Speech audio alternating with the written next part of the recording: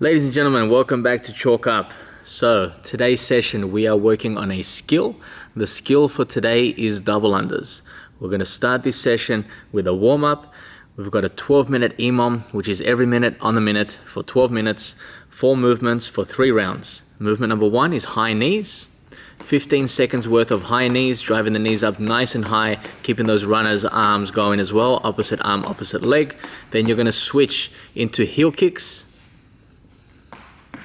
Good, trying to keep your torso upright, pulling with the hamstrings to drive your heels towards your bottom. Once you've done that, 15 seconds, you'll change into your star jumps. Good, making sure that the elbows are nice and straight as they go overhead to open up those shoulders. From there, your second movement on the second minute is burpees. 10 burpees on the first, 12 on the second, and 15 on the last round, trying to move faster as the rounds go on, making sure you make full contact of the chest on the ground and getting that extension at the top of the movement. From there, we're going to get into your skipping rope. I recommend for everybody on the first 2 rounds to stay on single unders. So single unders is just skipping, jumping, good. And what you're focusing on here is going to be the hand position. You're trying to push the rope down as you jump. So the hands push towards the ground at the same time as the jump. Once you've done your 50 seconds worth here, you will move on to the plate. So plate is a ground to overhead movement with a rotation. So you're going to start by going down to the ground, touching the plate to the ground, and then bringing it across the body and press. So you can see the pivoting motion in the foot. So opposite foot to the plate is the one that is going to rotate and pivot. Then you'll switch over to the other side. So we're aiming for 8 reps per side inside of 50 seconds. So you're looking at 8 reps in 25 seconds and then changing over to do the other side. Then you'll commence back to your high knees for the second round and so forth until you complete 12 minutes. So now that we've completed the warm-up, we're going to go into your skill. So your first progression we're going to do is unbroken slow singles with a higher jump. So what we're looking for is in this position here, you can see how we're moving much slower than in the warm-up. You're trying to get the timing of driving the hands down at the same time that you jump and going as high as possible on these jumps. This is going to give you the extra height you need for your double unders. If you have unbroken double unders up to 100 reps, then you can attempt this with double unders and trying to go even higher on your jump. From there, we've got progression number 2, which is single leg, single unders. That's it. So what we're looking at is the same tempo that you did your previous progression and trying to get as much height as you can on that one leg. So we're trying to prepare you for pressing hard into the ground to get more height. Then you can switch sides.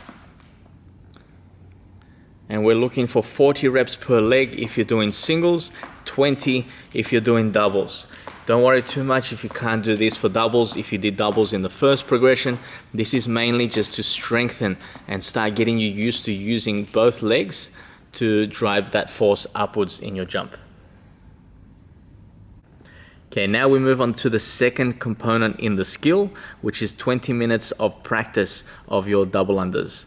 So from here, you can start with just singles. Try to get a rhythm and focus on the height of your jump using the previous progressions to help get there. Then at the height of your jump, I want you to focus on trying to get a double under. So big jump, and I want you flicking the wrist twice. So I want you to see this from a front view as well. So I want you to look at those hand positions. So it's a big jump. The first flick happens as she jumps at the very bottom. As soon as she leaves the ground, that's when the rope passes the first time. As she gets to the top of her jump, that's when it passes the second time.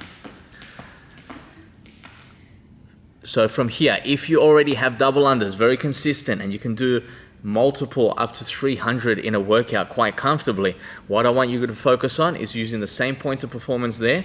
Big jump as high as you can, and then try for that extra flick to get that triple under over. So just like Ezra was doing here with her doubles, you can do single, double, single, or you can just link straight through your double unders and practice getting as many unbroken as possible.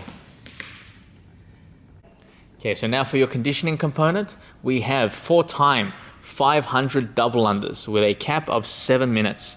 So what we're looking for here is the different scalings are going to be standard double unders, or you can do your double unders with singles in between. So you can start off with singles, do some doubles, do some singles in between. So basically, if you have the practice and the capacity to get to the 500 double unders, go for it. If you have consistent double unders, get as many as you can get in these 7 minutes. Otherwise, I'm going to get you to practice one of the progressions that you need. Some people will be doing single leg. So with one leg, you can practice your single unders. So not a double under with this movement, but we're trying to strengthen your individual leg and get you a little bit higher on your jumps. So just getting more volume and then switch at regular intervals. If you aim for 20 on one side, 20 on the other, and then keep switching through, and then take little rests in between, and then keep moving.